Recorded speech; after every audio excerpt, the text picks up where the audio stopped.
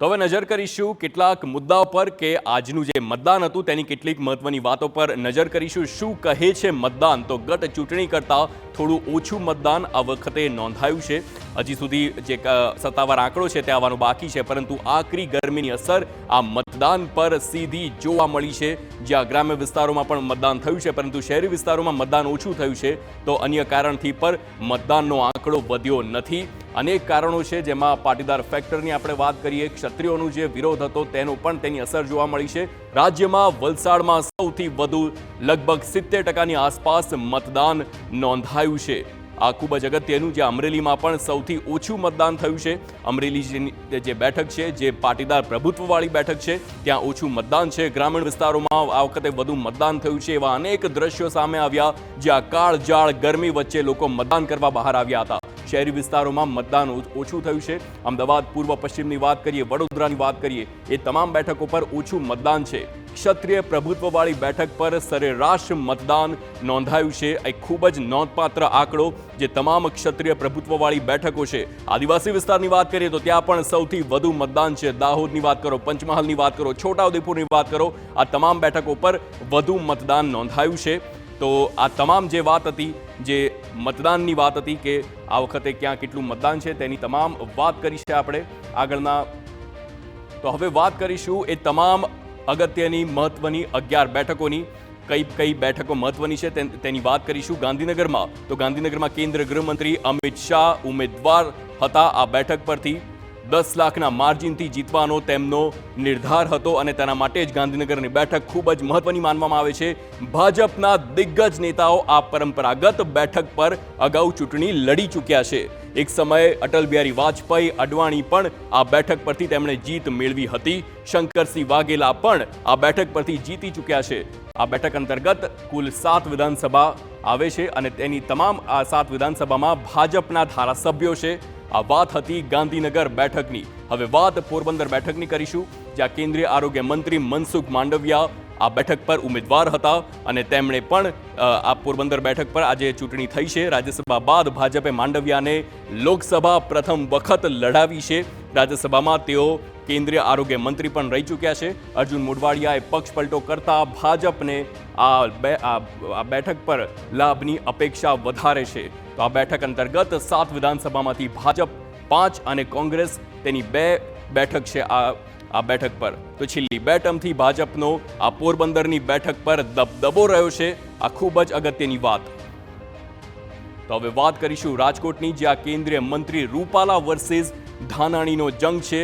સમગ્ર ગુજરાતની નજર આ વખતે રાજકોટ બેઠક પર છે, જ્યાં લેઉવા અને કડવા પાટીદાર વચ્ચે સીધી જંગ જોવા મળી રહી છે।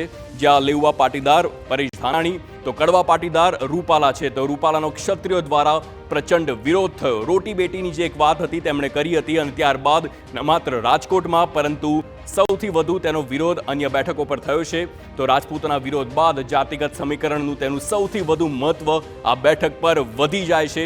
રાજકોટની આ બેઠક, જ્યાં 2 ટર્મથી ભાજપની જીત થઈ છે, પરંતુ ખૂબ જ મહત્વની વાત છે કે આ બેઠક પર લગભગ 22 વર્ષ બાદ અમરેલીના જે બંને નેતાઓ છે, પરેશ ધાનાણી અને પરસોત્તમ રૂપાલા, તે આમને સામને આવી ગયા છે। વાત હવે ખેડાની કરીશું, જ્યાં કેન્દ્રીય મંત્રી દેવુસિંહ ચૌહાણ ભાજપના ઉમેદવાર છે। તેમને આ વખતે રિપીટ કરવામાં આવ્યા હતા। છેલ્લી 2 ટર્મથી ભાજપની આ ખેડા બેઠક પર જીત થઈ છે, અને ત્રીજી વખત દેવસિંહ ચૌહાણ તેમને રિપીટ કરવામાં આવ્યા। 2019માં 3,67,145 મતે આ બેઠક પર ભાજપનો વિજય થયો હતો। તો બેઠકમાં 8 લાખથી વધુ ક્ષત્રિયો છે, એટલે કે આ ક્ષત્રિય પ્રભુત્વવાળી ખૂબ જ મહત્વની બેઠક માનવામાં આવે છે। રાજપૂતોનું મતદાન, હાર જીત આ બેઠક પર નક્કી કરે છે, અને પરસોત્તમ રૂપાલાનો વિરોધ જે થયો તેની સૌથી વધુ અસર ખેડામાં પણ જોવા મળી હતી। હવે વાત બનાસકાંઠાની કરીશું, જ્યાં માત્ર એક એવી બેઠક છે કે જ્યાં મહિલા વર્સિસ મહિલા ઉમેદવાર આમને સામને છે। બેન વર્સિસ બેન છે। રેખાબેન વર્સિસ ગેનીબેન ઠાકોર, તેમનો સીધો જંગ છે। ગેનીબેન ઠાકોરે બનાસની બેટી તરીકે પ્રચાર કર્યો હતો, જ્યાં રેખાબેન ચૌધરીએ પણ વડાપ્રધાન નરેન્દ્ર મોદીના ચહેરા પર તેમણે પ્રચાર કર્યો હતો। ગેનીબેન ઠાકોર ખૂબ જ જાણીતા નેતા ત્યાંના કોંગ્રેસના, એક સમયની કોંગ્રેસની આ બેઠક પરંપરાગત બેઠક છે, અને ગેનીબેન ઠાકોર પણ વાવના ધારાસભ્ય છે। બેઠક અંતર્ગત 7 વિધાનસભામાંથી ભાજપ પાસે 4, જ્યારે કોંગ્રેસ પાસે 2 અને અપક્ષ પાસે 1 સીટ છે અને કોંગ્રેસની જ એક બેઠક એટલે વાવની બેઠક, જેની પર ગેનીબેન ઠાકોર ખુદ ધારાસભ્ય છે। હવે વાત સાબરકાંઠાની કરીશું, જ્યાં શોભનાબેન બારૈયા વર્સિસ તુષાર ચૌધરી વચ્ચે સીધો જંગ છે। સાબરકાંઠાની બેઠક પણ ખૂબ જ વિવાદિત રહી, કારણ કે આ બેઠક પર ઉમેદવારને બદલવામાં આવ્યા। આ બેઠક પર ભાજપનો એક સૌથી આંતરિક અસંતોષ જોવા મળ્યો હતો અને ત્યારબાદ ઉમેદવારને બદલવામાં આવ્યા। કોંગ્રેસની તુષાર ચૌધરીને ટિકિટ બાદ ભાજપે ઉમેદવાર બદલવા તેમને ફરજ પડી હતી। જાતિગત સમીકરણને સેટ કરવા માટે આ કરવામાં આવ્યું હતું। છેલ્લી 3 ટર્મથી ભાજપની આ બેઠક પર જીત થઈ રહી છે, પરંતુ આ વખતે સૌ કોઈની નજર સાબરકાંઠા બેઠક પર પણ છે। આ બેઠક પર 7 વિધાનસભામાંથી 5 ભાજપ પાસે, કોંગ્રેસ પાસે 1 અને 1 બેઠક અપક્ષ પાસે છે। આ સાબરકાંઠાની આ બેઠક, જ્યાં શોભનાબેન બારૈયા, તેઓ ખુદ મહેન્દ્રસિંહ બારૈયાના પત્ની, જે કોંગ્રેસમાંથી અગાઉ ભાજપમાં આવ્યા હતા। હવે વાત ભરૂચની બેઠક પર કરીએ। આ ભરૂચની બેઠક પણ ખૂબ જ ચર્ચાસ્પદ રહી છે, જ્યાં ચૈતર વસાવા વર્સિસ મનસુખ વસાવા વચ્ચે સીધો જંગ છે। મનસુખ વસાવા, જે ભાજપના દિગ્ગજ નેતા, ખૂબ જ જૂના સાંસદ અને ઇન્ડિયા ગઠબંધનનો ચહેરો, યુવા ચહેરો, આદિવાસી ચહેરો તરીકે ચૈતર વસાવા ઉભરીને આવ્યા છે। તેમને આ વખતે પ્રથમ વખત ટિકિટ આપવામાં આવી છે। તો મનસુખ વસાવા 6 વખતથી ભરૂચ બેઠક પરથી સાંસદ તરીકે ચૂંટાઈને આવ્યા છે, જ્યારે ચૈતર વસાવા એક નવો ચહેરો છે। તો બેઠક પર 30% આદિવાસી મતદારો છે, જ્યારે 25% આ બેઠક પર મુસ્લિમ મતદારોનું પ્રભુત્વ સૌથી વધારે વધેલું છે। તો પ્રચાર દરમિયાન ભરૂચમાં સૌથી આક્રમક શાબ્દિક લડાઈ આ બેઠક પર જોવા મળી હતી। શાબ્દિક ચાબખા એકબીજા પર માર્યા હતા। મનસુખ વસાવા, જે પોતાના આકરા વલણ માટે ખૂબ જ જાણીતા છે, તે આ બેઠક પર જોવા મળ્યું। હવે વાત આણંદ બેઠકની કરીશું, જ્યાં અમિત ચાવડા વર્સિસ મિતેશ પટેલ વચ્ચે સીધો જંગ જોવા મળી રહ્યો છે। મિતેશ પટેલને ભાજપે રિપીટ કર્યા છે। રાજ્યમાં સૌથી વધુ રાજપૂતોની સંખ્યાવાળી આ બેઠક એટલે કે આણંદ બેઠક, ક્ષત્રિય સમાજનો જે વિરોધ હતો તેની અસર આણંદ બેઠક પર પણ જોવા મળી છે। 9 લાખ રાજપૂતો પર પરિણામ નિર્ભર છે આ બેઠકનું, જે ખૂબ જ મહત્વનું થઈ જાય છે। 7 વિધાનસભા, 6માં ભાજપ છે અને 1માં કોંગ્રેસ છે। તે છે અમિત ચાવડાની બેઠક। અમિત ચાવડા ધારાસભ્ય છે। એક સમય કોંગ્રેસનો દબદબો આણંદની આ બેઠક પર રહ્યો છે અને 2 ટર્મથી ભાજપની આ બેઠક પર લોકસભામાં જીત થઈ રહી છે, જે ખૂબ જ મહત્વનું બની જાય છે આણંદ બેઠક માટે। હવે વાત વલસાડ બેઠક પર, જ્યાં અનંત પટેલ વર્સિસ ધવલ પટેલ। ધવલ પટેલ એક શિક્ષિત ચહેરા તરીકે ભાજપે તેમને જાહેર કર્યા છે। ભાજપનો નવો ચહેરો વર્સિસ કોંગ્રેસના ધારાસભ્ય। કોંગ્રેસે તમામ પોતાના જાણીતા ધારાસભ્યોને આ વખતે લોકસભાના મેદાનમાં ઉતાર્યા છે, જેમાં અનંત પટેલ એક ખેડૂત નેતા, આદિવાસી મતદારો નિર્ણાયક આ વલસાડની બેઠક પર સાબિત થાય છે અને આ વખતે વલસાડની બેઠક પર સૌથી વધુ મતદાન પણ થયું છે। લગભગ 70%ની આસપાસ મતદાન થયું છે। જામનગરની વાત કરીએ, જ્યાં પૂનમ માડમ વર્સિસ જેપી મારવિયા વચ્ચે આ સીધો જંગ છે। પૂનમ માડમ એક શિક્ષિત ચહેરો, મહિલા, તેમને આ વખતે ફરીથી રિપીટ કરવામાં આવ્યા છે। તે આહિર સમાજમાંથી આવે છે, જ્યારે જેપી મારવિયા પાટીદાર સમાજમાંથી આવે છે, પાટીદાર ઉમેદવાર છે અને તેના કારણે જામનગર બેઠક પર જે પ્રમાણે પાટીદારોનું પ્રભુત્વ રહ્યું છે, પૂનમ માડમ આ 2 ટર્મથી આ બેઠક પરથી વિજેતા સાંસદ રહી ચૂક્યા છે અને 3જી વખત તેમને ટિકિટ આપવામાં આવી છે। પાટીદારો તથા આહિરોની સંખ્યા જામનગરની આ બેઠક પર ખૂબ જ વધારે હોય છે અને તેના કારણે જ ખૂબ જ જંગ જોવા મળ્યો છે। વાત સુરેન્દ્રનગરની કરીશું, જ્યાં ઋત્વિક મકવાણા વર્સિસ ચંદુ શિહોરા વચ્ચે પણ જંગ છે અને સુરેન્દ્રનગરની બેઠક પણ ખૂબ જ ચર્ચાસ્પદ રહી છે।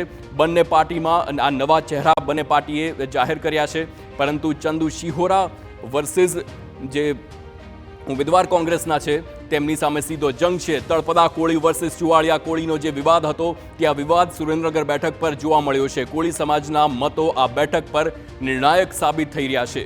તો આ બેઠક પર રાજપૂતોનો પ્રચંડ વિરોધ થયો છે અને જે પ્રમાણે મેં પહેલા પણ કહ્યું, આ બેઠક પર પરસોત્તમ રૂપાલાના વિવાદનો પણ એક તેની અસર જોવા મળી છે। 7માંથી 7 વિધાનસભા આ બેઠક પર ભાજપનો તેની પર કબજો છે, પરંતુ તળપદા અને ચુવાડિયા કોળી સમાજનો જે વિરોધ હતો, કારણ કે ચંદુ શિહોરા જે ખુદ તળપદા કોળી સમાજમાંથી આવે છે।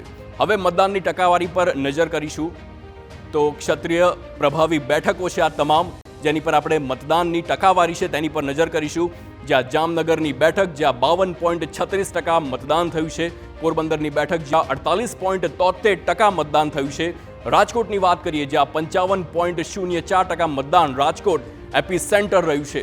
ભાવનગરની વાત કરીએ તો ભાવનગરમાં 48.59% મતદાન, વડોદરામાં 59.04% મતદાન છે, આણંદમાં 61.15% મતદાન, જ્યારે સુરેન્દ્રનગરમાં 52.21% હાલ મતદાન છે તે નોંધાયું છે, પરંતુ જે ખરા આંકડા છે તે ખરા આંકડા આજે મોડી રાત સુધીમાં આવવાના છે। આ હાલ જે આંકડા આપ જોઈ શકો છો તે સાંજ સુધીના આંકડા છે, જ્યાં આણંદમાં, સુરેન્દ્રનગરમાં, ભાવનગરમાં અને વડોદરામાં લગભગ 60%ની આસપાસનું જે મતદાન જોવા મળી રહ્યું છે। તો વાત કરીશું વોટ મીટરની, જ્યાં 2019 અને 24ની સરખામણી કરીએ તો સવારે 9 વાગ્યા સુધી 10.32% મતદાન થયું હતું 2019માં, પરંતુ આ વખતે તે ઘટીને 9.87% મતદાન થયું છે। સવારે 11 વાગ્યા સુધીની વાત કરીએ તો 26.87% મતદાન 19માં હતું, પરંતુ આ વખતે તે 24.35% રહ્યું છે। સતત મતદાનનો આંકડો ઘટતો જોવા મળી રહ્યો છે।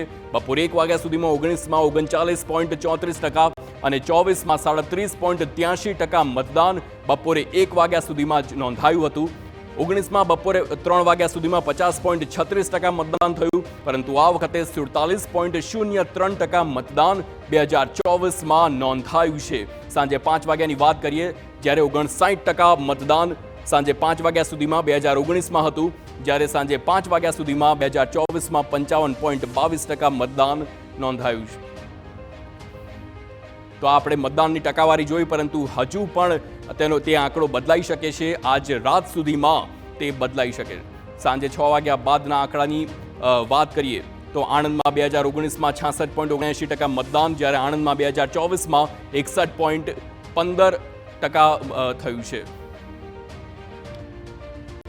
તો ખેડામાં 2019માં 60.68% મતદાન, જ્યારે 24માં 53.83% મતદાન થયું છે। આ તમામે બેઠકો છે જ્યાં ક્ષત્રિય પ્રભાવ છે, ક્ષત્રિય પ્રભાવી બેઠક છે, અને ત્યાં કેટલું મતદાન થયું છે 2019ની સરખામણી આપણે કરી રહ્યા છે। કચ્છની વાત કરીએ તો કચ્છમાં 2019માં 58.22% મતદાન થયું હતું, અને આ વખતે 2024માં 50.72%, એટલે લગભગ 8%નો જે ગેપ આવ્યો છે આ ક્ષત્રિય પ્રભાવવાળી જે બેઠકો છે। જામનગરની વાત કરીએ, જામનગરમાં 2019માં 60.68% મતદાન થયું, તો આ વખતે માત્ર 52.36% મતદાન, એટલે અહીંયા પણ લગભગ 8%નો ગેપ આ વખતે પણ જોવા મળ્યો છે। આ તમામ ક્ષત્રિય પ્રભાવવાળી બેઠકો છે। પોરબંદરની વાત કરીએ, પોરબંદરમાં 2019માં 56.79% મતદાન થયું, તો આ વખતે 2024માં 48.43% મતદાન, એટલે અહીંયા પણ લગભગ 6 થી 7%નો ગેપ જોવા મળે છે। રાજકોટમાં 2019માં 63.15% મતદાન થયું, તો આ વખતે 24માં 55.76% મતદાન 2024માં રાજકોટમાં જોવા મળ્યું। ખૂબ જ ઘટાડો થયો છે આ તમામ ક્ષત્રિય પ્રભાવવાળી જે બેઠકો છે। ભાવનગરમાં 2019ની વાત કરીએ 58.41% મતદાન થયું છે, તો આ વખતે 48.59% મતદાન થયું છે। 10%નો ગેપ જોવા મળી રહ્યો છે ભાવનગરમાં પણ। સુરેન્દ્રનગરની વાત કરીએ, જ્યાં 2019માં 57.85% મતદાન થયું છે, તો 2024માં 52.22% મતદાન, એટલે 5%નો ગેપ સુરેન્દ્રનગર બેઠક પર પણ જોવા મળી રહ્યો છે। આ તમામ જે ક્ષત્રિય પ્રભાવવાળી બેઠકો હતી તેમાં જે ડિફરન્સ આપણને જોવા મળ્યો 2019 બાદ 2024નો આપણે જોયો। આગળ પણ બીજા સમાચાર પર નજર કરીશું। આ દિવસભર મતદાન થયું છે, કઈ જે અસર થઈ છે મતદાન પર, ગરમીની અસર હોય કે પછી ક્ષત્રિય સમાજના વિરોધની અસર હોય, તમામ પર નજર રાખીશું। હાલ રોકાઈએ એક બ્રેક માટે।